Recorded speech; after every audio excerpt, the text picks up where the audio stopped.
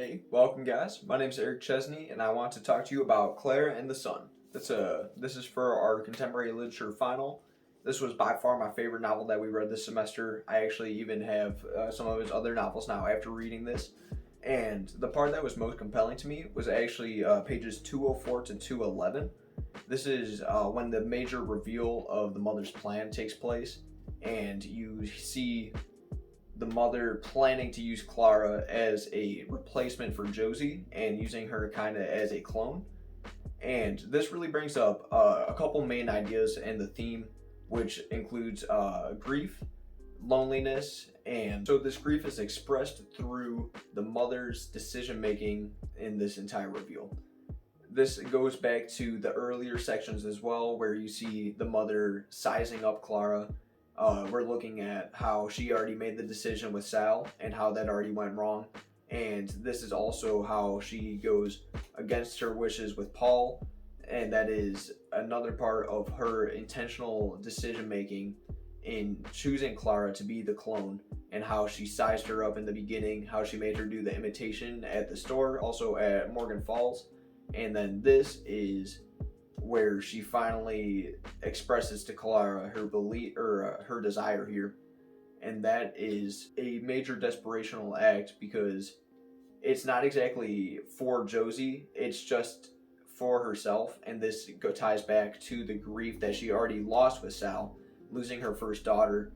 This is a continuation where she will be able to enjoy the rest of her life with Josie even after making the intentional decisions to lift her, and this is a progression of after Josie supposedly dying. This is a very moral gray. This is part of the bigger themes also in terms of speculative fiction, where this is kind of a dystopian landscape.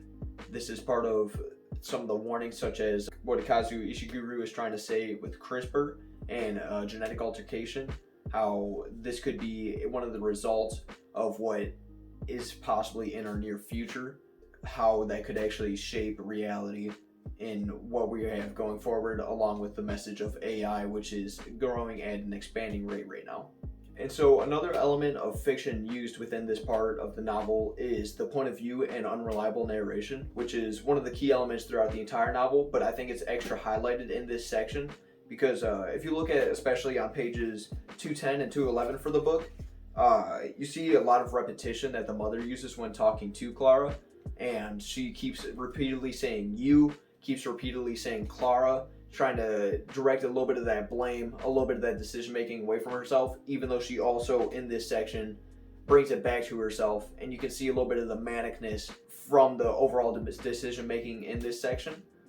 The point of view is also interesting from the robot perspective, or the AI perspective, because she's still trying to learn emotions and learn to process them, and this ties in with how quick she's able to just be like, okay, I understand the plan. As you don't see any ill intent through the novel, this is a good reminder that she still is a robot, and even though they want what's best for Josie, this could be a transition into what she's thinking is best for the mother, which is a different dynamic. I think one of the quotes that really highlights this part of the section is, this is when Chrissy is talking to Klara. She says, "What does it matter? That's just fabric. Look, there's something else you might consider. Maybe it doesn't mean so much to you, me loving you, but here's something. That boy, Rick, I can see he's something to you. Don't speak, let me speak. What I'm saying is that Rick worships Josie, always has done. If you continue Josie, you'll not have just me, but him. What will matter that he's not lifted? We'll find a way to live together, away from everything. We'll stay out there, just ourselves, away from all this. You, me, Rick, his mother if she wants. It could work, but you have to pull it off. You have to learn Josie in her entirety. You hear me, honey?" And then that's when Klara responds, "Until today," I said. "Until just now, I believe it was my duty to save Josie, to make her well, but perhaps this is a better way." I think that's what really drives a lot of the emotional impact of this part to me, is the way that Klara interprets this situation just feels so unnatural. But again, that is still that reminder. And I think the relationship with Rick and everything just also shows some of the miscalculation and misinterpretation of what actually goes into this.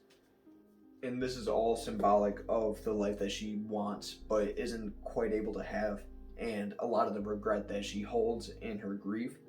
This also comes back to, I don't blame Paul. He's entitled to his feelings. She's also talking about how there was the choice of not getting the kids lifted, but she just wanted what's best for Josie. But in reality, there's a lot of irony in that statement where she's really just looking out for herself at this point. It might have, at the initial period, been for Josie, but after seeing what happened with Sal, and then seeing how the portrait didn't work out with her, and now how it's going with Josie, and this emotional breakdown, it really shows some of the compassion lost in the mother for this section. Also, one more thing I forgot to mention. First off, again, this is cited by Klara and the Sun by Kazu Ishiguro. And then the music that you're going to be hearing in the background was also made by me. No source needed for that. And all the editing, of course, is done by me as well. Thank you guys for watching, and I hope you enjoyed the video. Thank you.